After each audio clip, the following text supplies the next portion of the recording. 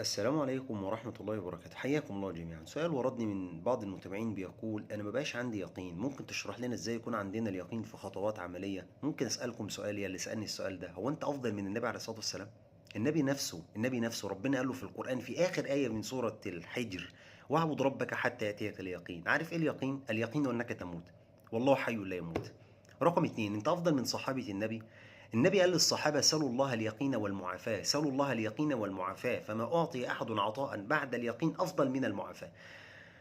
يعني احنا مش افضل من النبي ولا احنا افضل من الصحابه؟ اللي بيسالني احنا مش افضل من النبي ولا افضل من الصحابه. حاجه اخيره: النبي عليه الصلاه والسلام، هل تعلم او هل تعلمين ان النبي عليه الصلاه والسلام كان من دعائه: واسالك من اليقين ما تهون به علينا مصائب الدنيا؟ انت متخيل النبي كان بيدعي ربنا باليقين اللي يهون بيه عليه مصائب قلبه؟ لان المصيبه لما بتنزل فعلا بتهز القلوب يا اخوانا. المصايب والمشاكل لما بتنزل الانسان ضعيف. علماء النفس بيقولوا ان النفس البشريه اشبه بالسلوفانه، مش ما بتستحملش اي حاجه، ما بتستحملش اي حاجه. نفسيتك ضعيفه، اي مشكله بتنزل لك بتتضجر. وان مسه الشر فذو دعاء عريض، وان مسه الشر فيئوس قنوط. ربنا قال كده في القران. اول ما الشر بينزل لك بتبتدي تيأس وتقعد تصرخي وتبكي وتروحي تشتكي: انا مش عارفه انا اعمل ايه، انا تعبانه، انا مريضه. انت ضعيفه، انت ضعيفه. طب انت عايز تقول ايه؟ عايز اقول لك انت بتسأل ربنا اليقين اللي يهون بيه عليك مصايب الدنيا، لانك مش افضل من النبي. انت لا افضل من النبي ولا افضل من الصحابه. ابن القيم بيقول: من ملأ قلبه بالثقه بالله ملأ الله حياته كلها بركه. علشان ما اطولش عليك هختم لك بقصه جميله قوي قوي قوي، وهختم بيها الفيديو. من اليقين: في يوم من الايام كان هناك بعض الناس اراد ان يحج بيت الله الحرام. رجل يدعى حاتم الاصم.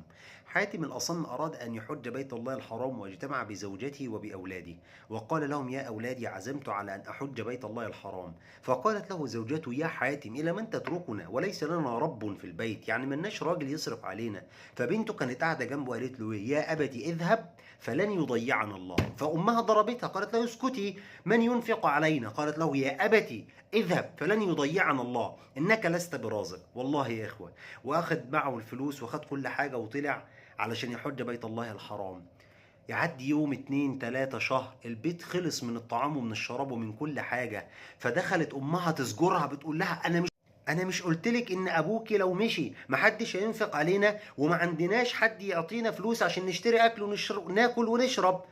البنت ظلت تبكي ودخلت غرفتها وظلت تلح على الله في الدعاء قائلة: إلهي وسيدي، عودت القوم فضلك فلا تحرمنا من فضلك وارزقنا وأنت خير الرازقين. في نفس اللحظة دي كان أمير المنطقة كان بيلف في المكان، وسبحان الله يصاب بعطش شديد جدا جدا، كاد أن يفتك به، حس إنه هيموت لو ما شربش. وفي نفس اللحظة سبحان الله يعطش أمام بيت مين؟ حاتم الأصم، الراجل من الصالحين. يروح يخبط على الباب ويخبطه: مين انت؟ مين؟ راجل كده عسكري في زي عسكري. قالت له: مين؟ قال لها: انا جندي من جنود الامير. اوب كلمه، الامير عايز يشرب. جابوا له كوبايه ميه بارده وساقعه علشان خاطر يشربوه. وفي نفس اللحظه شرب وارتوى. وارتوى كل الجيش اللي كان مع الامير اللي ماشيين معاه. وسأل عن البيت ده لمين؟ قالوا له: الحاتم الأصم. قال لهم: أما هو فين؟ قالوا له: ذهب ليحج بيت الله الحرام. قال: من يكفل أهله؟ قال: ليس لهم كفيل. فقال لهم: إذا وجب علينا أن نكرم أهل بيتي. وأخرج من جيبه كيسا من السرة، بيسموها سرة، من الدنانير. الدنانير يعني كانت العملة الذهبية، الدراهم يعني الفضة، والدنانير يعني الذهب. ورماها في بيت أبو حاتم الأصم. وقال: من أحبني فليصنع صنيعي. البيت كله، الجيش كله طلع الفلوس اللي في جيبه ورماه في بيت أبو حاتم الأصم. البيت كله امتلى فلوس. البنت دخلت تبكي تاني. أمها بتقول لها: في الفرح نبكي وفي الحزن نبكي. إيه الشعب ده؟ إيه الناس دي؟ ناس حزينة بتبكي وناس فرحانة بتبكي ليه؟ أتبكين وقد امتلأ البيت خيرا ومالا؟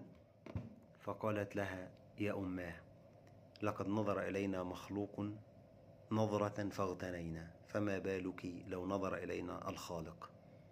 وصلت؟